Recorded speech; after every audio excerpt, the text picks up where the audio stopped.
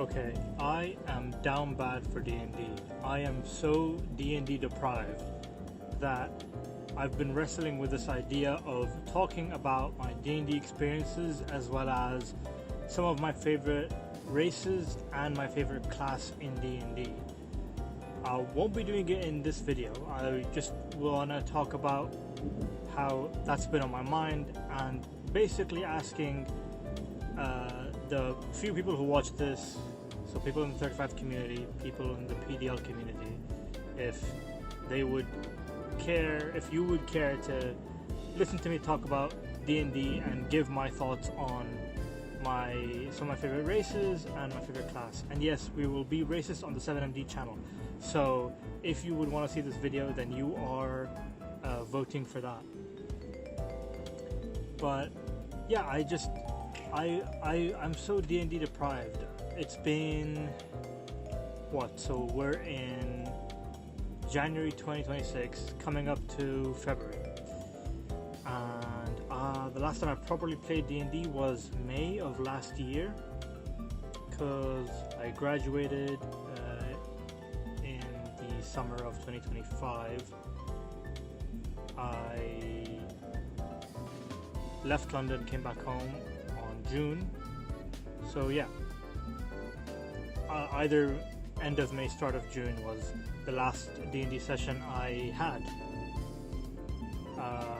And we played consistently. We played consistently for 2 years. We didn't play a campaign consistently for 2 years, but we played D&D itself for 2 years. We had a bunch of one-shots, and we did finish one campaign. Technically two, but not really, because we never had the final session. But that one was so good. I got to play two characters in that one, because there was like 2 different parties that we had, and I played in both parties. Because I had the time, and I was addicted, and also just help out when it came to numbers. But I mean, saying that I'm helping out when it came to numbers is more so just an excuse to play more D&D.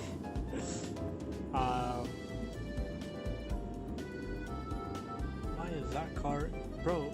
You're clicking your horn for no reason. We're all stuck here. God, fucking idiots on the road. Okay, but yeah, I love D&D so much, and I've got an addiction with character creation as well, to the point where, so on D&D Beyond, the maximum number of characters you can make is, I think, 5 or 6 if you have the free version.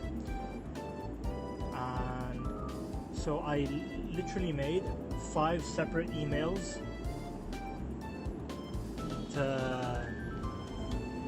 just to create characters. I would write 3,000 word minimum backstories with their fucking childhoods, with explaining who they are and what they are and how they got to here.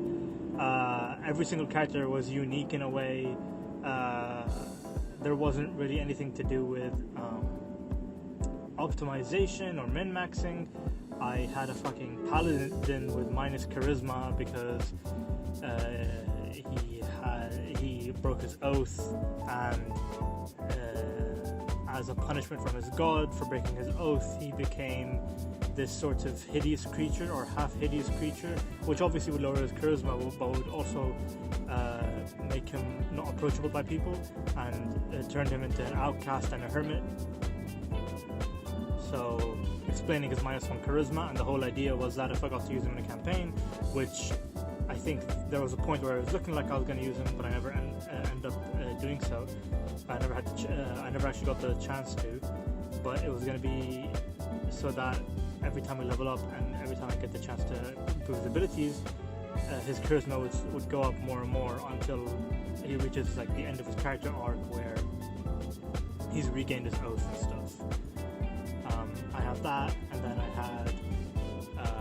I had a Goliath monk, which was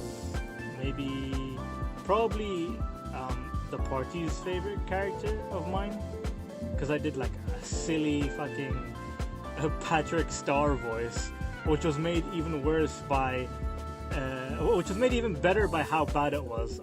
Can I do it now? trying to think of a saying that I did. He was a monk, but he was very stupid, yet wise. I had like high ass wisdom, but low ass intelligence. I'm trying to think of a line that I said. But yeah, he was really fun, and he was really funny. I think at one point I stopped the main mission to have a fucking cooking competition against a chef in a castle or in a witch's tower or some shit.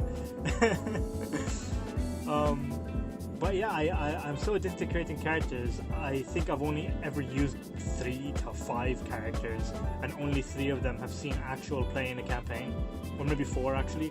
Well, the 4th one saw play in the what's it called, like the prologue, but we never actually got around to doing the campaign because of real life problems and stuff and whatever. So yeah, it's only been actually 3 characters that I've seen play in real campaigns, and the rest were either one shots or just I never touched. And I don't know, like they're really unique and they're so fun to make, and I just wish I got the chance to play all of them. And I tried to play when I came back home, but D&D isn't really a thing here. There's still a lot of stigma around it. There are like game stores and nerds obviously, but you don't see it out in the wild as much. You can't just go to a game store and just find a D&D game. Maybe I'm not looking properly. I tried Roll20, I tried online, but it's already a pain because of time zones and scheduling, as well as the fact that voice chat, or Discord at least here, trying to go on voice on Discord here is banned. So you need to do a few things to be able to get on a call with someone on Discord. And I mean, obviously, it's strangers at the end of the day. Like, there is that barrier, and I don't mind as much, but I don't want to go into it and just have bad experiences with these random strangers. And I'd much rather doing it in person. We tried at one point because I'd always come back home for the holidays, so I tried to join a few sessions with my group in London, just through like a video call, and it wasn't working out. There's delay, and you can't really hear me, and the location that we would usually play in wasn't really the best for Wi-Fi and accommodating someone playing D&D online, so that never worked out. But yeah, I've got a bunch of characters that I could go on and on and on about, and most of them at least have a voice, or at least I think all of them have a voice in my head, like a voice in mind that I would love to do for them, but not all of them I can actually execute that voice. And I mean, a few people in PDL, or at least, one person more so specifically, me and him have like conversed about D&D and are doing some D&D related stuff. But yeah, and I was just thinking to myself, like, maybe I could do some D&D video if anyone would care to listen, if anyone would care to see why I believe this favorite class of mine is the most balanced and the most versatile, and just is the best one in my opinion. And then why some of the races that I like, and why some races I don't like. Well, the good thing is I can't get demonetized because I'm not monetized right now, so nothing's gonna stop me there. I'll probably have some high ladder OU gameplay on this video. I was thinking I might actually do a video about the team that you'll be seeing on this video right now, but it already has an RMT post, and I'm not that invested really in making a video on it. My card did the thing. It did a thing where it stopped the video because it thought that I was talking to it. It said I can't show you the result in the car. I don't even think I said the word result, but okay. But yeah, the team itself, I'm not that invested in talking about it since there's already an RMT post. And what am I gonna do? Like go through the post and go through the team one by one and talk about it when it's already all written there on the post? People can just see it, and you can also watch the replays as well on your own. Maybe I could gather a few replays of some really high ladder stuff, like the handful of games where I was in 1900s or in high 1800s or like in top 50 and like, you know, consistently had a medal. I could talk about those games.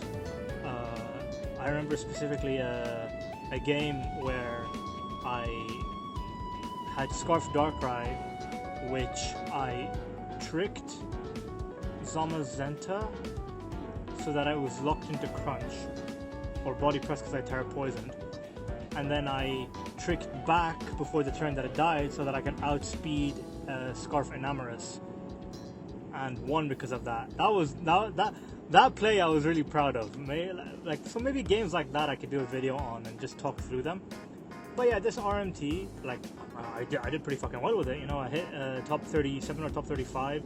I think it might have been top 35, but you know, sometimes when you finish a game and it shows you your elo, but then you check the ladder and for whatever reason they like take away a few points. They strip away a few points. It's like they fucking taxed you, so you actually aren't top 35 anymore. You're top 37 for whatever reason. So yeah, I'll probably have that. I'll have those replays. I should have enough replays from 1700s to 1900s to cover this video because I don't want to put low ladder stuff or mid ladder stuff really. I did just record. I recorded yesterday and recorded today with the same teams for on OU with some, I don't want to say shitters, but they're kind of shitters. Well, I mean, Gabdos isn't, but the other guy is. And that might actually get uploaded. I mean, I asked on the servers if anyone would like to see them. So there's that. But it's 1500s and it's me struggling with them 1500s, which is not a it's not a good reflection of my play, man. It's not a good reflection of my skill level. But what can you do? Sometimes the team is just shit. But yeah, I want to showcase like some actual high level gameplay. I don't want to just show some 1500 stuff, you know. Like, if the video quality isn't going to be that high, then at least the game quality, so like the quality of the games that I'm showing is high. But yeah, if anyone would care to listen to me talk about D&D, then we can do that. I don't know what I'd do for that video when it comes to what's actually on the screen. Maybe it is D&D content. Maybe it's like some stills and some graphics or GIFs or of like D&D related stuff, just to illustrate what I'm talking about. Otherwise, it'll be just more Showdown or maybe some other game that I've been playing. I'm trying to think of what games I've been playing. I mean, I'm always playing Cyberpunk. It could be that, or it could be Bioshock. It could be... what could it be? Well, I need to properly start Expedition 33. It could be that. By the way, yeah, that's all I had to say.